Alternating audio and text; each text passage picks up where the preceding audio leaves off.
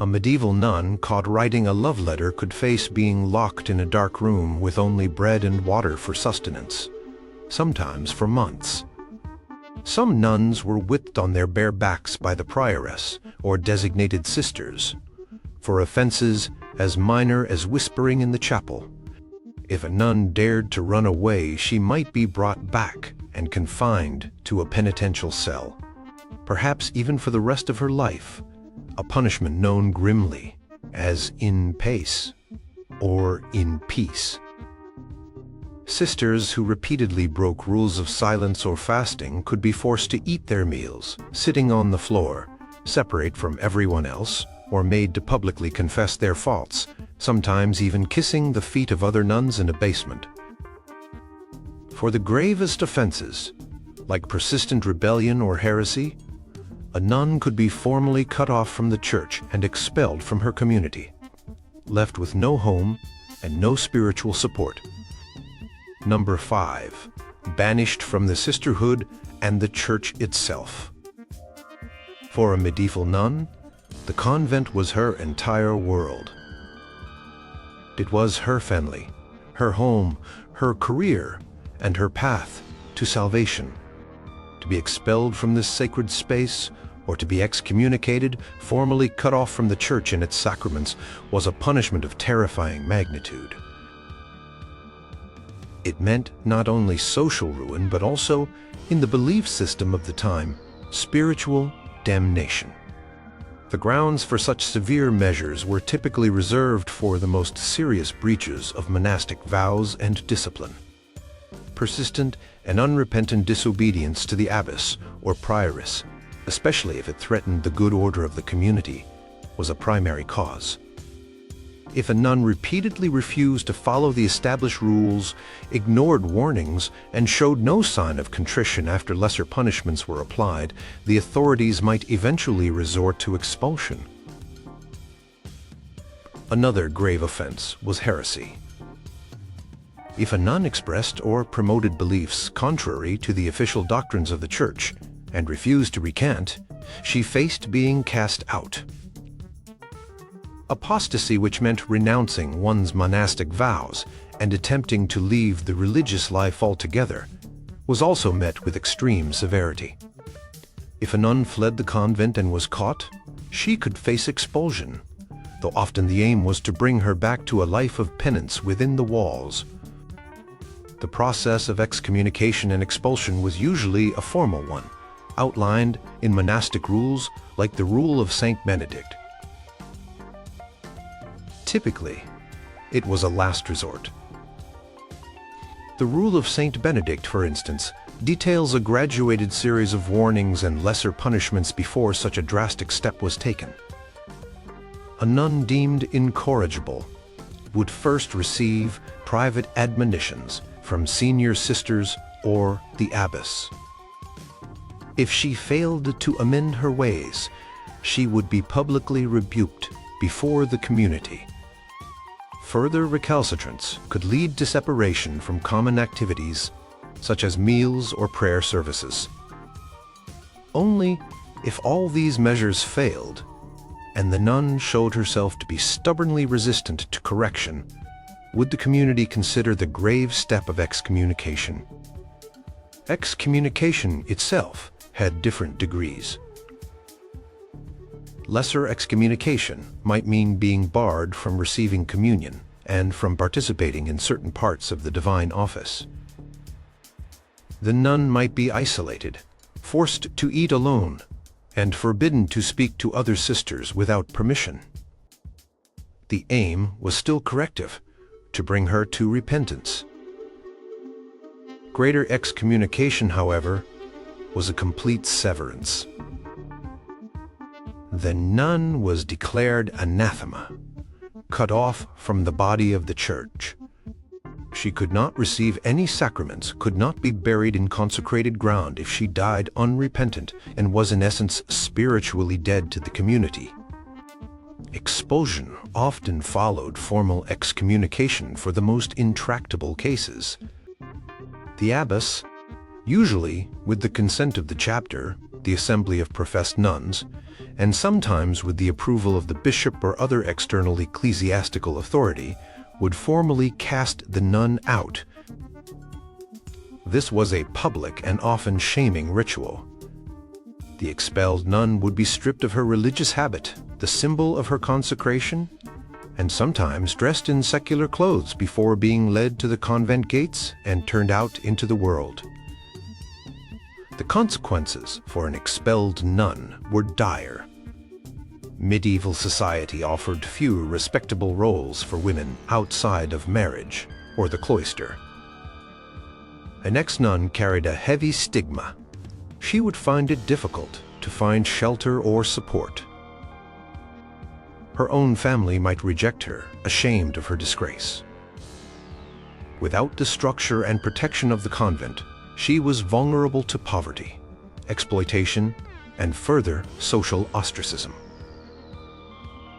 For a woman who had dedicated her life to God, the spiritual desolation of being cut off from the church and the sacraments was an immense psychological and emotional burden. Records from episcopal visitations, inspections of monasteries by bishops, sometimes mention nuns who were expelled or threatened with expulsion. For instance, visitation records from the 15th century might detail a prioress struggling with a group of rebellious nuns, where the bishop authorizes her to expel them if they do not submit to reform. The stark reality was that expulsion was a spiritual and social death sentence in many ways, a powerful deterrent held over the heads of those who had vowed their lives to the cloister. The fear of this outcome was a potent tool for maintaining order and conformity within the often enclosed and intense environment of a medieval nunnery. Number 4. Starving the sin out with harsh food rules. Life in a medieval convent was already characterized by dietary simplicity and regular fasting, but for nuns who broke the rules, food could be transformed from sustenance into a potent instrument of punishment. The denial of certain foods, the imposition of even stricter fasts, or being forced to eat in a humiliating manner were common ways. Superiors sought to correct disobedient sisters and reinforce the ascetic ideals of monastic life. The range of offenses that could lead to dietary punishments was broad. Minor infractions, like breaking the rule of silence in the refectory, the dining hall, tardiness for meals, or carelessness in handling food or utensils, might result in a nun being given a smaller portion or plainer fare, such as bread and water for a meal or a day.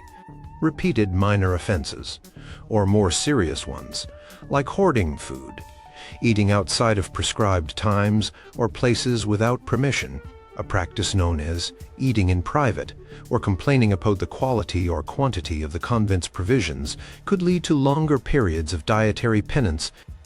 Stealing food, a more serious breach, would certainly incur a significant dietary punishment, often coupled with other forms of penance. The administration of these punishments was typically at the discretion of the abbess or prioress, guided by the convent's specific rule and customary, a book detailing local monastic practices. The Rule of St. Benedict, a foundational text for Western monasticism, emphasizes moderation and sufficiency in diet, but also provides for withholding food or wine as a form of correction. For example, a monk, and by extension a nun, in convents following the Benedictine tradition, who did not confess a fault promptly might be barred from the common table and made to eat alone, later than the others, until satisfaction was made. One common form of dietary punishment was being restricted to bread and water. This was a stark and immediate reminder of the nun's transgression. The duration could vary from a single meal to several days or even weeks, depending on the severity of the offense and the nun's perceived level of contrition. For instance, a nun found guilty of murmuring, persistently complaining, or stirring discontent might be sentenced to eat only bread and water for a set period. This not only served as a physical hardship, but also isolated her from the communal experience of sharing varied, albeit simple meals. Another humiliating practice involved the manner of eating. A penitent nun might be required to eat her meager meal sitting on the floor of the refectory, in full view of her sisters. This public abasement was intended to break her pride and serve as a warning to others. In some cases, she might be given the worst leftovers or scraps from the kitchen. The psychological impact of such public shaming, combined with physical discomfort, was considerable. Episcopal visitation records and chronicles from medieval convents sometimes provide glimpses into these practices. Bishops, when inspecting nunneries, would inquire into discipline. If they found laxity, they would order a tightening of rules, including those around food. If they found excessive or arbitrary cruelty in punishments, they might also intervene, though their primary concern was usually the upholding of monastic discipline. Records might note, for example, that a nun who had broken her vow of stability by attempting to contact the outside world without permission was to be confined and placed on a bread and water diet for a specified number of days. The symbolism of food in a religious context was also significant. Feasting was associated with celebration and communion, while fasting was a means of penance, purification, and drawing closer to God. By manipulating a nun's access to food, the authorities were not just inflicting physical discomfort.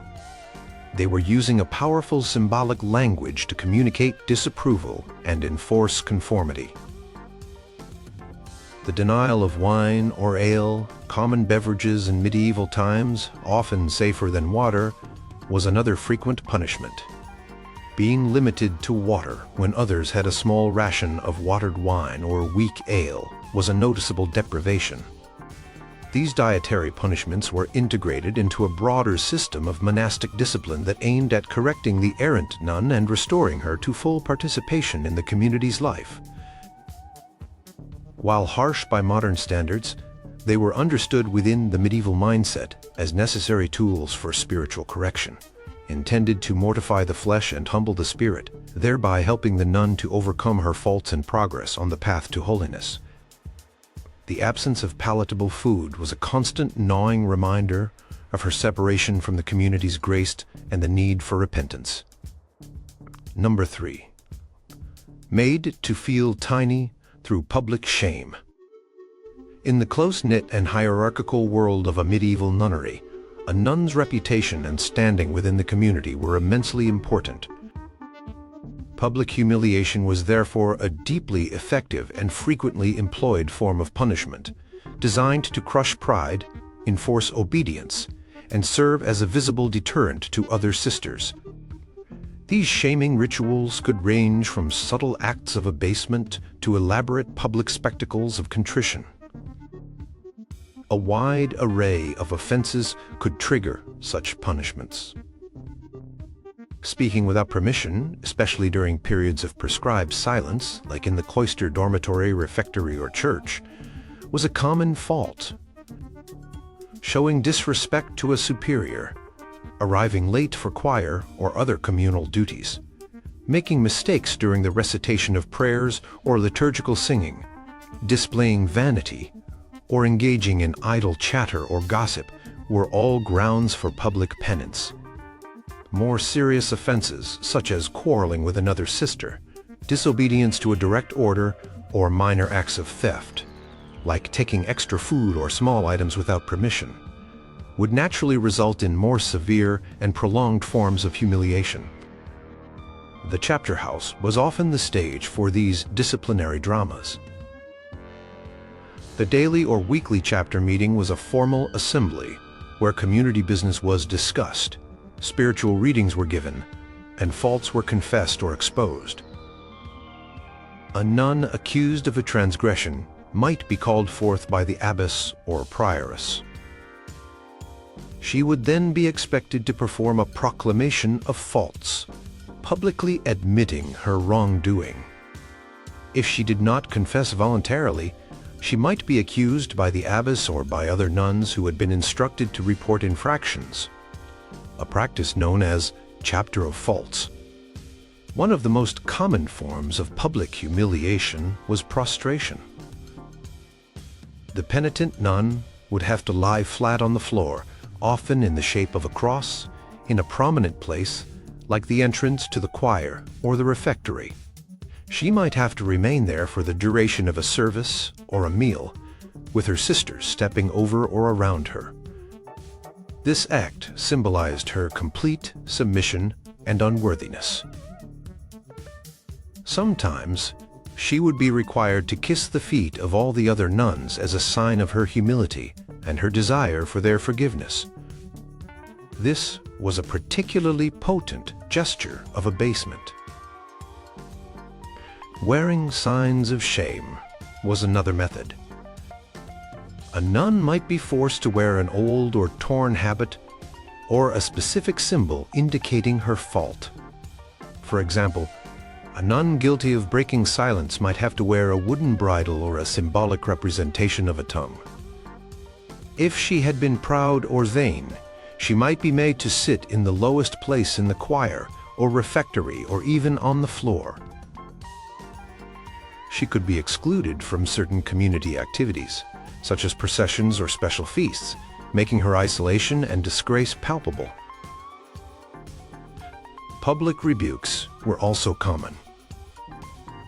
The abbess or prioress would admonish the errant nun in front of the entire assembled community, detailing her failings and exhorting her to repentance.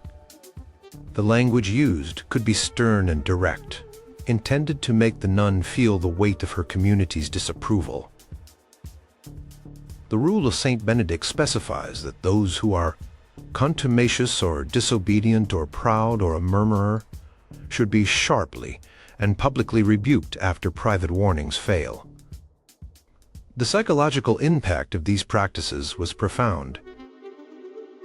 In an environment where collective identity and conformity were paramount, being singled out for public shame was deeply distressing. The aim was to foster a sense of guilt and remorse that would lead to genuine amendment of life. For the community, these rituals reinforced the importance of the rules and the consequences of breaking them. They were a form of social control, maintaining the delicate balance of the enclosed life. Visitation records from bishops sometimes describe the state of discipline in convents, including the application of such penances. If discipline was found to be lax, the visitor might order stricter enforcement of public confession and penance. Conversely, if a superior was deemed excessively harsh or arbitrary in imposing public humiliations, the visitor might counsel moderation, though the emphasis was generally on upholding the rule. The customary of a particular convent would often detail the specific rituals of humiliation to be used for different offenses. For example, it might specify how many days a nun should prostrate at the church door for a certain fault, or what formula of words she should use when begging pardon from the community.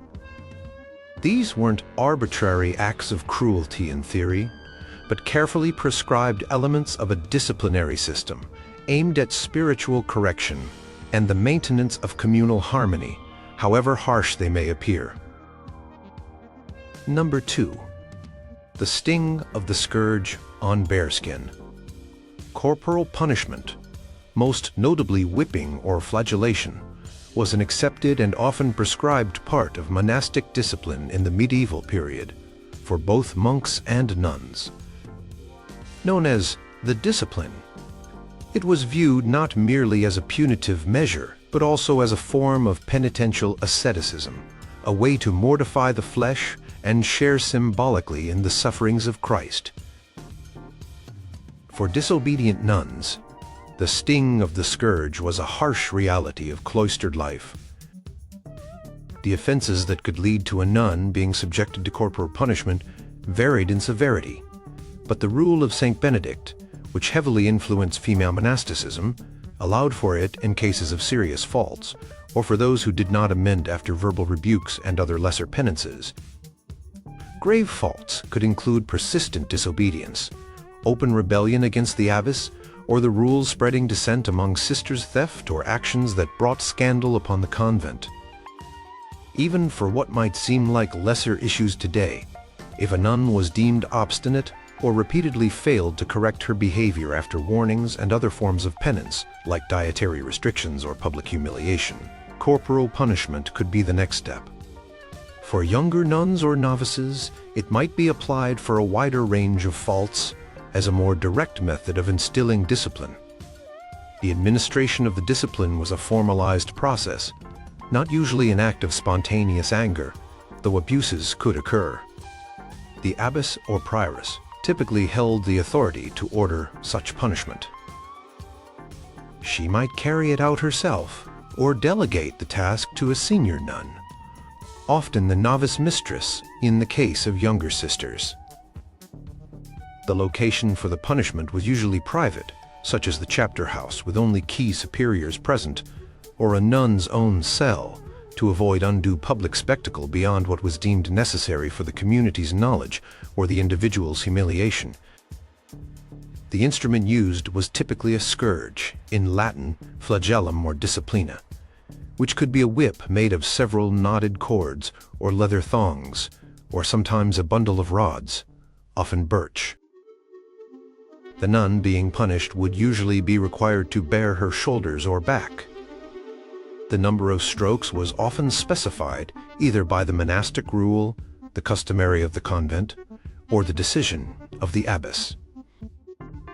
It could range from a few symbolic strokes to a much larger number for very serious offenses, sometimes to the point of drawing blood. The intention, as stated in monastic texts, was to inflict pain that would serve as a sharp corrective and a deterrent, but not to cause permanent injury, though the line could be thin and depend on the enforcer. The rule of Saint Benedict explicitly mentions corporal punishment for monks who are stubborn or disobedient, chapter 28. On those who, being often corrected, do not amend. While the rule was written for men, its principles were widely adapted for communities of women. Customaries of nunneries often detailed how and when the discipline was to be applied. For example, Cistercian statutes which governed many nunneries also included provisions for corporal punishment. There are historical accounts and visitation records that refer to the practice.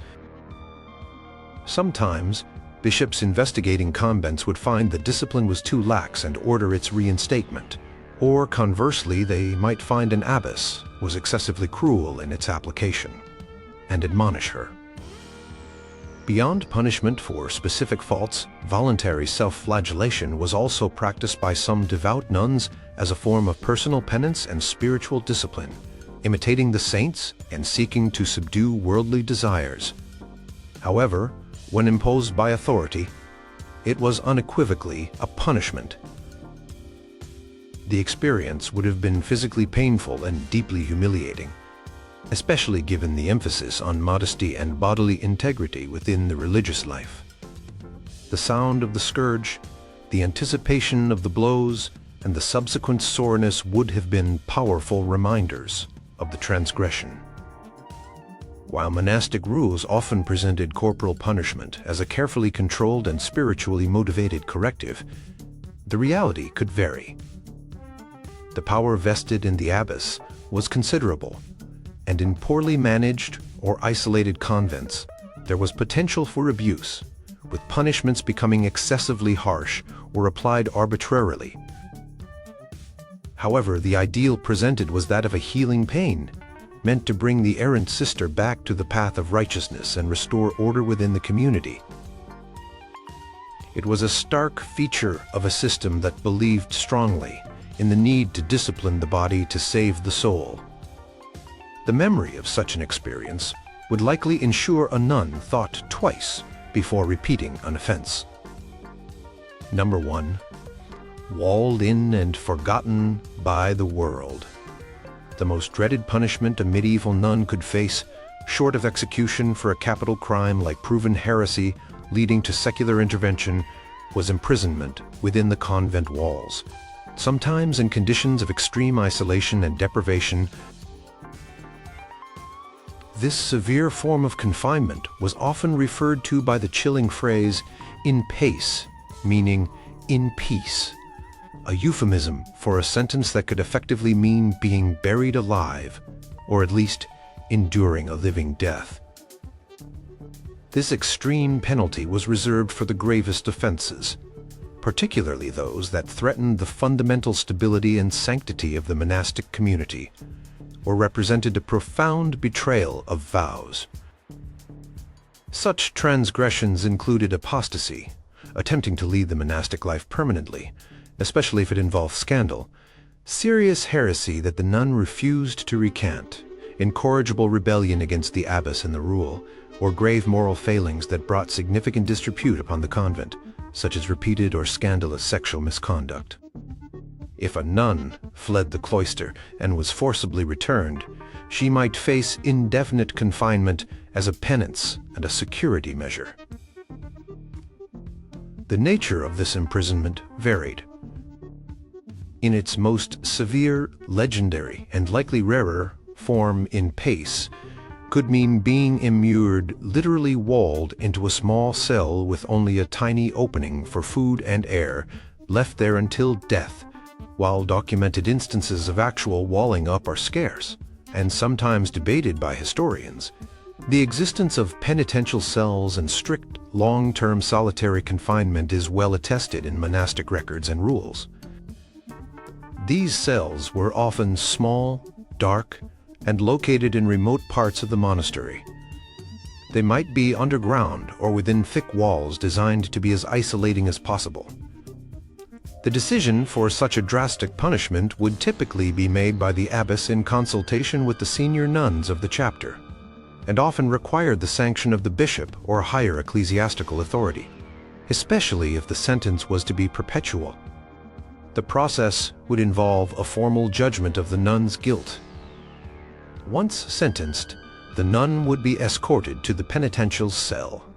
Her diet would be severely restricted, usually to bread and water, and she would be denied all contact with her sisters, except perhaps for a confessor. She would be cut off from the communal life of prayer in the choir, from shared meals, and from any form of recreation or normal social interaction. The rule of Saint Benedict, while not explicitly detailing in pace in its most extreme form, does provide for the severe punishment and isolation of monks, and by extension, nuns, who are gravely at fault and show no repentance after other measures. The idea was that such profound isolation and hardship would force the sinner to confront her transgressions, and ideally lead to profound repentance. For some, the confinement was for a set period, months, or even years. For the most serious cases, especially concerning nuns, deemed a persistent danger to the community's spiritual or moral health, the sentence could be for life. Episcopal visitation records sometimes mention nuns being sentenced to confinement in a penitential chamber or prison cell within the convent. For example, records might show a bishop ordering a nun who had been involved in a serious scandal or who had attempted to escape to be imprisoned and subjected to a strict regimen of prayer and fasting. The conditions were intended to be harsh. Light would be minimal, comfort non-existent, and the silence broken only by the delivery of meager rations or the visits of a designated religious superior. The psychological toll of such profound and prolonged isolation, combined with physical privation, would have been immense. The fear of in pace served as a powerful deterrent. The prospect of being utterly cut off, not just from the outside world, but from the internal world of the convent community, was terrifying. It represented a complete failure in the nun's vowed life and a living entombment. While the most sensational accounts of being bricked up alive may belong more to anti-clerical propaganda or Gothic fiction, the reality of severe long-term solitary confinement in a harsh cell was a documented and very real punishment within the disciplinary framework of medieval monasticism for women. It was the ultimate expression of the community's power to isolate and control those who committed the most profound violations of its sacred rules and vows, a stark symbol of being cast into an earthly purgatory.